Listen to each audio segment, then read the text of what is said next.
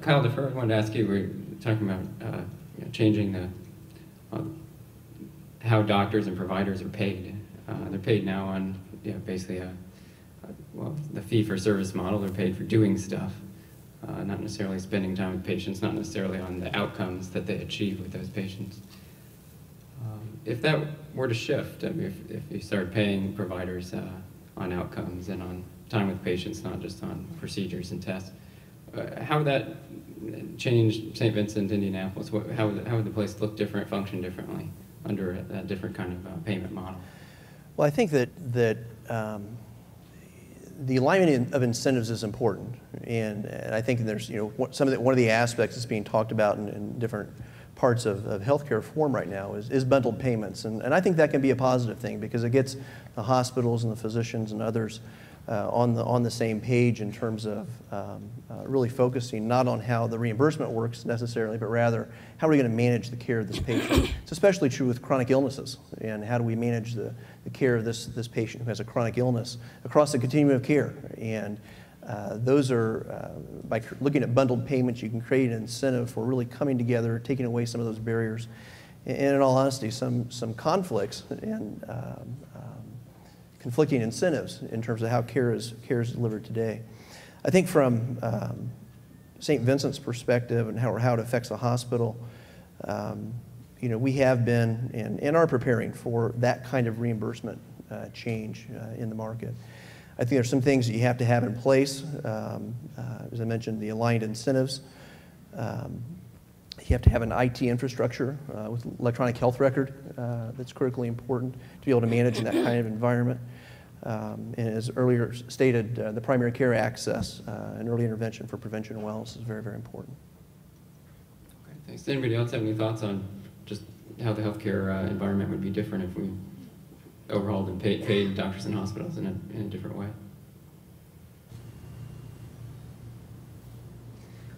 Well, Dr. I wanted to ask you a question. Oh, do you have a thought, Dr. Brater? Well, I think what you're referring to is if you imagined, in contrast to what we're doing today, is if you had a fully capitated model. It's basically what you're talking about if you take it to the extreme. And that would affect all of us because all of our business models are based on what we're doing today. So we'd have to fundamentally change. And we're not prudent if we don't start thinking about that. I mean, the way the medical school works is we cross-subsidize education and research with the revenues that we generate clinically. And in the current business model, we generate those revenues by doing stuff, just like everybody else. So we have to think about if we went to a fully capitated model, then how would we have the resources to shift over to education and research to do those things the way they need to be done in a quality fashion. I would go so far as to say if it's done in a fashion where academic health centers cannot cross-subsidize education and research, then we're going to have some big problems, not just at the IU School of Medicine, but in academic medicine in general, and you'll see some of these research engines grind to a stop. So you have to be really careful about it, but maybe I'm not smart enough, but it's very hard for me to see systems to get away from rewarding for doing a lot of things. The simplest way to have a compensation model or a reimbursement model that gets away from that, as far as I can tell, is really going into the capitation end of the world. Dan, do you have some thoughts? And parenthetically, you could get rid of a hell of a lot of administrative expense if you did that. Did you have some thoughts, Dan? Well, if the question is how would it impact the hospital industry, the answer, I think, dovetailing into what Craig and Kyle specifically said, is we should be incented to keep people out of the hospital. We shouldn't be incented to treat people in the hospital. Right now, the current, well, you know what I mean. I don't mean that the way it sounds.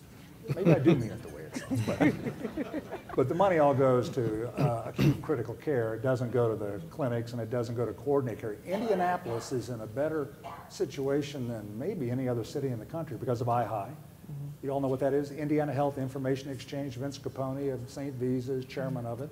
Tom Inouye of the Indiana University Informatics and Regan Street is vice chairman of it. Matt Gutwein of Wishart. By the way, we all should support the Wishart referendum. Matt Gutwein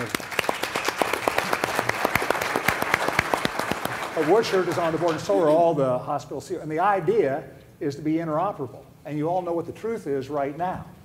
You go to one hospital or one doctor's office, you go to one hospital or one doctor's office. We cannot keep people out of hospitals unless we're networked, and we are way beyond it. So to answer the question, we got to be paid to keep people out, not paid to keep people in. That is a paradigm shift of maximum capacity. That means you'd all have to agree to less choice.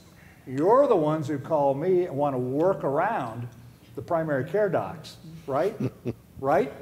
I'll bet I get 10 calls a week from somebody in this room trying to figure out a way to go see one of the subspecialists at one of the IU Medical Group or Methodist Medical Group or PC or SC or one of our groups to get around the process, because that's what you do when you're frustrated, right? You do a workaround.